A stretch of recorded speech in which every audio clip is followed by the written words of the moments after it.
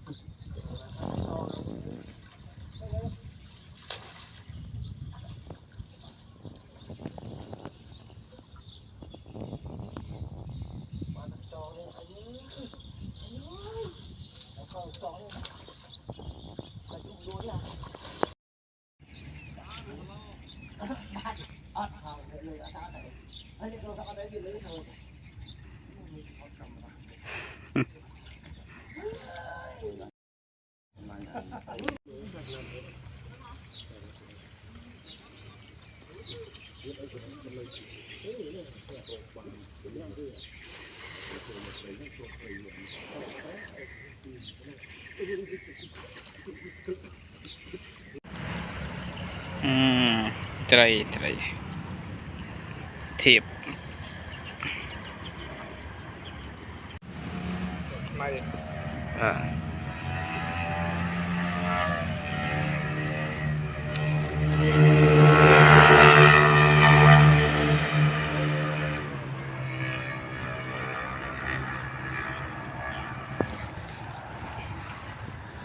ba như em đã nói cặp đường đá ô siêu vật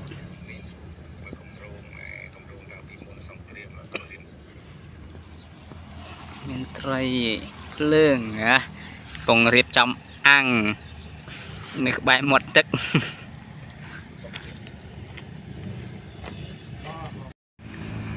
wow nhà sai bông hồn nè thom thom á bông hồn thom thom này ban mặt đầy này mặt đầy nhà sai nè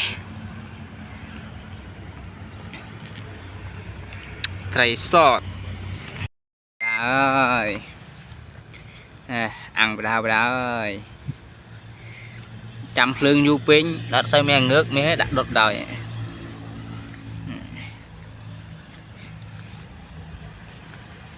chỉ rồi nè thôm như cái bẩn thịt bẩn của bạn liệp bal ăn ý bal là ôn tinh màu liệp bal cho diệt đặt thứ hai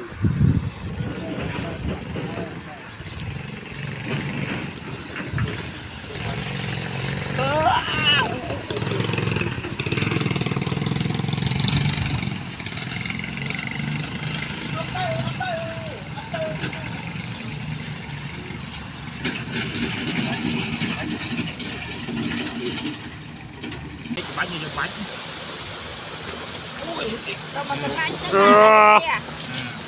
này dạ con là to ơi về đi đặt cái rong cái tia mà bạch đi tê rồi tia thôi giờ là đây từ nơi tầm đi đáy tê chọc rong này dừng rồi là dưới là rồi đáy lên thôi được đó mà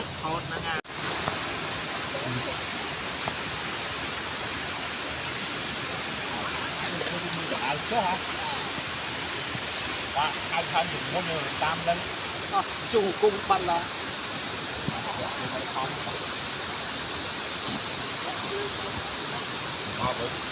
gần gần miếng không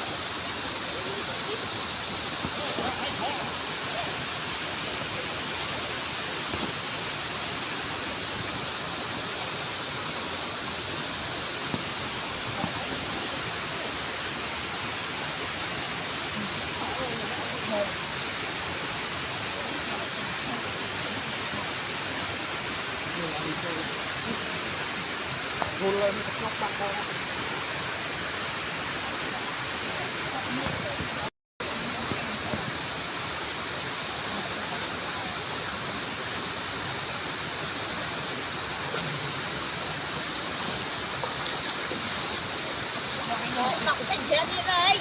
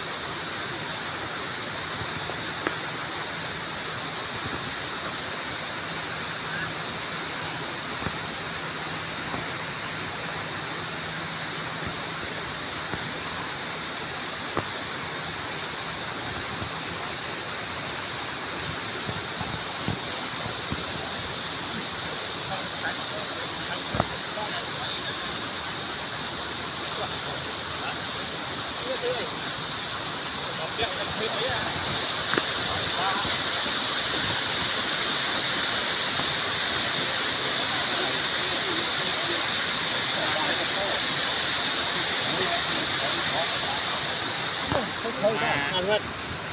Đừng chạy ra cho từng đi. Đừng có giờ từng đi. Nè. Đi, thấy người ta bán. Chưa vô màu nó cho tất cả. Chưa bừng kiểu bong cho lại mà môi dọn con thì. Linh mà lại lạt rồi. Nâng bây giờ nó nhóm mà phay rồi nãy cho ăn uống. Không cái này. Dạ vậy thúng không?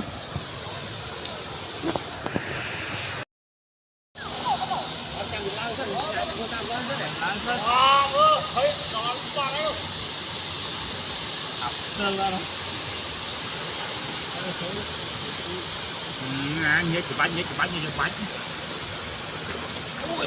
Đâu mà còn anh tên Mày.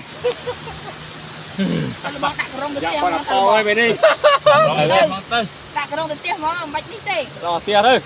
Giờ là đây. Từ nơi tầm đi đáy tê. Chọc rong này, dừng rộp. Thế là dưới là rồi đấy lên thôi được đó. Mà. Là rong tia thôi. Đã này.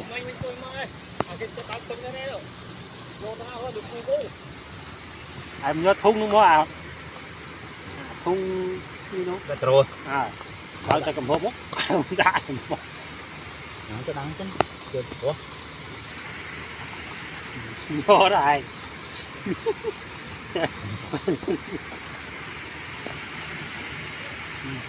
Chặt bài mua nó. Anh bông cho mình canh giác. Chẳng vậy là ta đã bòi chìm sâu tới. Để chim tốt đấy. Giờ bán đây nó em. Giờ tới 200 muối. Dùng bông nó mà thiết là bán này. Trong bông nó thiết là bán.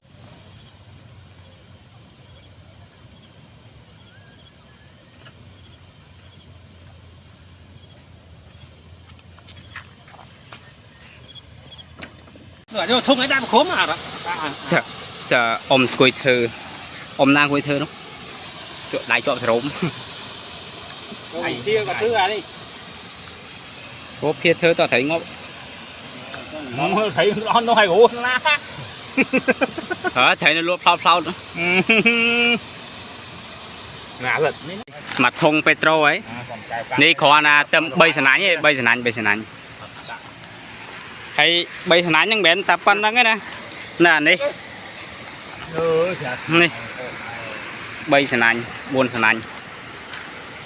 Nâng tầm bay buôn sẵn ảnh như phân nâng. Muốn anh muốn mà. Hả? Mình theo thấy chứ. Anh theo mày rồi. Thì áo đó. Môi mình. Đó. Cắt vô. Nè. Rồi đi ăn tí quá.